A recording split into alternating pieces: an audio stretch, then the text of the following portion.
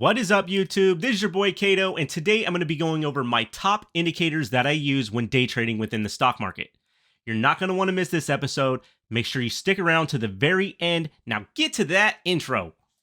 Run it. I can't take no loss. I don't even know what it costs. I hit the ground, then it go off. Yeah, hit the ground, then it go off. Yeah, I can't take no loss. I don't even know what it costs. Yeah, I hit the ground, then it go off. Yeah, hit the ground, then it go off. Yeah, run it. Ooh, I really feel it's my time. Think it's my year. Yeah. I really feel it's my time. Think it's my year. Yeah. I really feel it's my time. Think it's my year. Yeah. I really feel it's my time. Think it's my pen ready. Used to hold myself back. My self-esteem damn bad. So before we kick this thing off, if you've not subscribed, please smash the subscribe button, join the Winner's Corner. That way you're notified every single time a new video comes out. I also have to let this be known that I am not a financial advisor, and anything I say and do is not considered to be financial advice. This is for entertainment purposes only, and my goal is to go get people out there to do their own research, make their own plan for their investments and their financial future.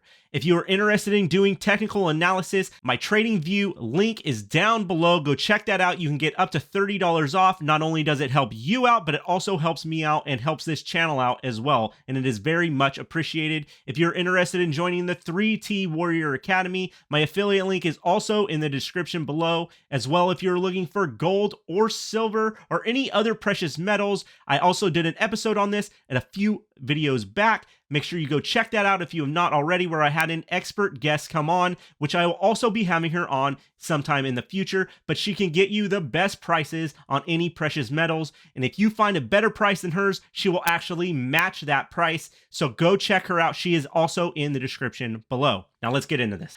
Okay, so we're over here on TradingView on the daily, looking at the SPY. For time purposes, I am not going to get into trend lines, support and resistance levels, or any of those type of things. I'm just going to be going over the indicators that I like to use when day trading or even looking at longer term investment strategies. So I like to use these as an extra layer of confirmation. I do not like to use these as sole confirmation. So understand what I'm saying. I like to use these as an extra layer of confirmation. My support and resistance lines and my technical analysis, my trend lines, all of those types of things, I like to do first before I look at any indicators. So I suggest that you do that if you're looking to start trading. Now, my first indicator that is probably one of my favorite is called the Fibonacci retracement tool. And I'm actually going to show this to you guys how I have it set up. Now you just click this on TradingView. You can either come over here and click it. I have it added to my favorites, so it's over here. This is the settings. Take a screenshot of it. This is how I have mine set up. If you guys want to have yours set up this way, when you get it right out of the gate with TradingView, it is not set up the way I have mine set up. This is more of a custom make for myself. So that is how I have mine set up. Now, the way the Fibonacci retracement tool works is, as you can see, it's based off of a trend reversal. So as you guys can see here, we're making higher highs. So then once it reverses and it starts making lower highs, that's the top of your trend. So then you would do the same thing onto the bottom, and that is where your swing high is up here. Your swing low is when it reverses again. So instead of making lower lows, then you start to make higher highs again. So you take this from the wick on the swing high, which is up here, down to the wick on the swing low, which is here, and you start looking at these levels. So in this time frame, I would look at this as a heavy resistance line. As you guys can see, we have gotten rejected off of this. So usually this is a good time to possibly sell, especially in the short term.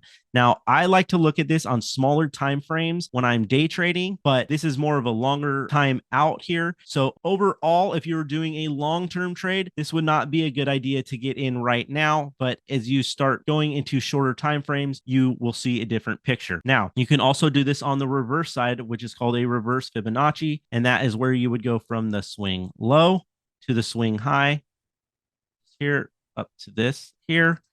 Now, these are usually technically good buying opportunities, especially this 0.888. That's a great buying opportunity for the most part. Now, down here, this is called a golden pocket. So the 618 through the 786, I have the 702 in there, and that is the middle of the golden pocket. Now, this is usually very high support and resistance levels right here. So keep that in mind when you're using Fibonacci. Now let's get into my next indicator that I like to use. So another indicator that I love to use, especially on the shorter time frames when doing day trading on the 1 minute, 3 minute, 5 minute, and 15 minute, is called the VWAP, which stands for volume weighted average price. So as you guys can see, this is the purple line, which is the VWAP. And when it comes to the price, the VWAP always has to come up to meet the price, or the price has to eventually come down to meet the VWAP. At some point or another, that always happens. You can look at the VWAP as a support and a resistance line in a lot of time to see if it'll make a bounce play off of that. So as you guys can see here, what would be a good entry level? So right here, it came down and it came up. It got rejected off of this VWAP. Then it headed back down. And then here it goes.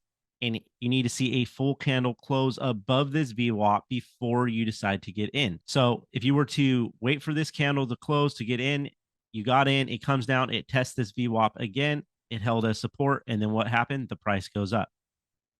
Same thing if you're looking to short the market, the same thing would apply. So you would want to see a full candle close below, and then like here, it closed below. If you were to get into this position here, it came up, it retested, and then it headed downwards. That would be a quick shorting opportunity. Same thing here. Before it had a reversal, and then it starts its uptrend again.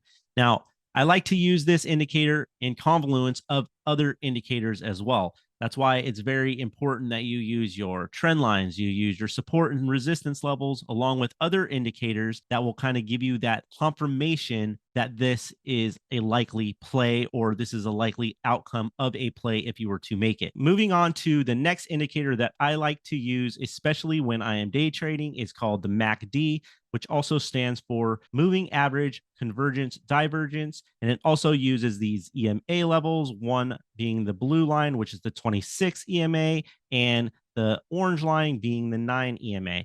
Now, if you look at it to the regular chart up here, it totally coincides when you are watching this. So if I were looking to get in on a long right here, this is a perfect example. So it was coming up to touch this VWAP, and this VWAP could potentially be a resistance level. Okay. So if you go here and you look at this MACD at that time, the MACD was already turning green, which the volume was heavy at the time. And the 26 EMA had come up past the 9 EMA, and it was sitting above it, and it was headed in an upward trajectory. So if this thing gets through this VWAP, it closes above on the candle, this would be very good confirmation to get into this for a short-term play. And why do I say that? Because you have this on your VWAP, like I explained earlier, it already broke the candle, it closed above this.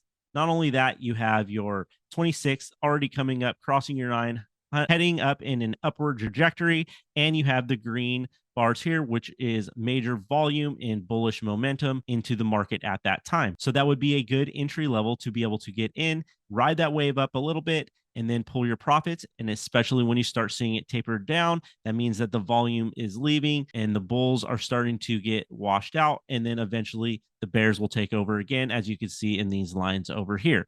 So if you were looking to short the market, same thing would apply. If you look here on this regular chart, you have your VWAP here. Is it coming up? Can it close below your VWAP? As you can see here, the volume is starting to leave the bulls. Now it's heading to the bears, and you see this red wave of volume starting to come in. And what happens? Boom, it has its fall. And it comes back up, boom, has its fall again. These are good areas to look at, and that is why I like to use this indicator as an extra layer of confirmation when I am making a trade. So another indicator that I really like to use is the RSI. It stands for Relative Strength Index. You have the 14-day SMA and the 2-day SMA. 14-day is the green, the 2 is the red. Once this thing gets above 70 and below 30, then you could start looking for entry points. So right now I'm on the 5 minute, but you could take this on the daily, the weekly, the monthly, just depending on how far out you're actually looking. And these are good indicators on when to buy and when to potentially sell out of a position. So once it gets into these lower levels in here,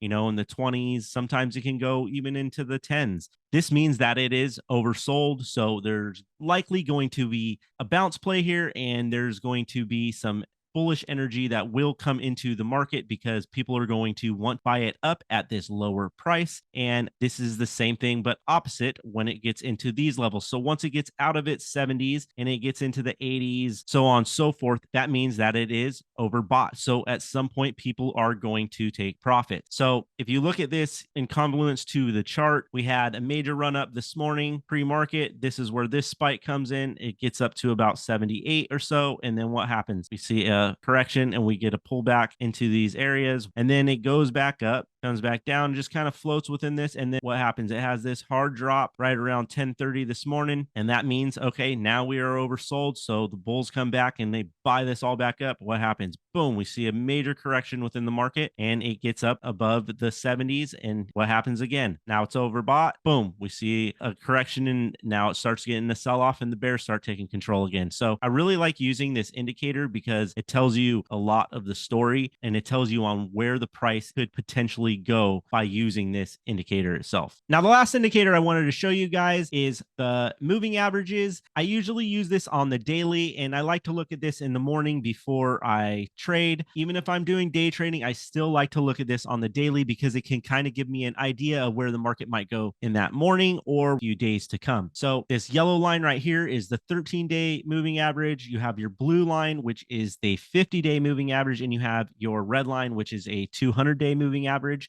Now, the 13-day moving average, I really like to use because usually it always comes back and touches that 13-day moving average at some point throughout the day. As you guys can see here, multiple days, no matter where it started at, it always came back and it touched this 13-day moving average. In some instances, breaking below this 13-day moving average. Here, touched the moving average. Here, it touched the 13-day. Here, it touched the 13-day. It broke below, come back up to break through, touch the moving average here. That day, it did not, but this day touches the moving average. This day, it goes below it. So on and so forth. You guys get the picture. So this is an indicator that I really like to use is this 13-day. And then I also love to use the 50-day and 200-day as well. Usually, you can have a golden cross or a death cross, and those are certain indicators to show you which way the market is going. Now, a golden cross was when the 50-day comes and crosses over the 200-day moving average. And as you guys can see here, it happened in this instance and the market went up. And let's say that this were to turn here and this were to come back down and cross down below this 200-day moving average, that would be considered something called a death cross, which is usually a bearish indication. So when you use all of the indicators that I just showed you along with your technical analysis, then it gives you a clear picture of where the market is possibly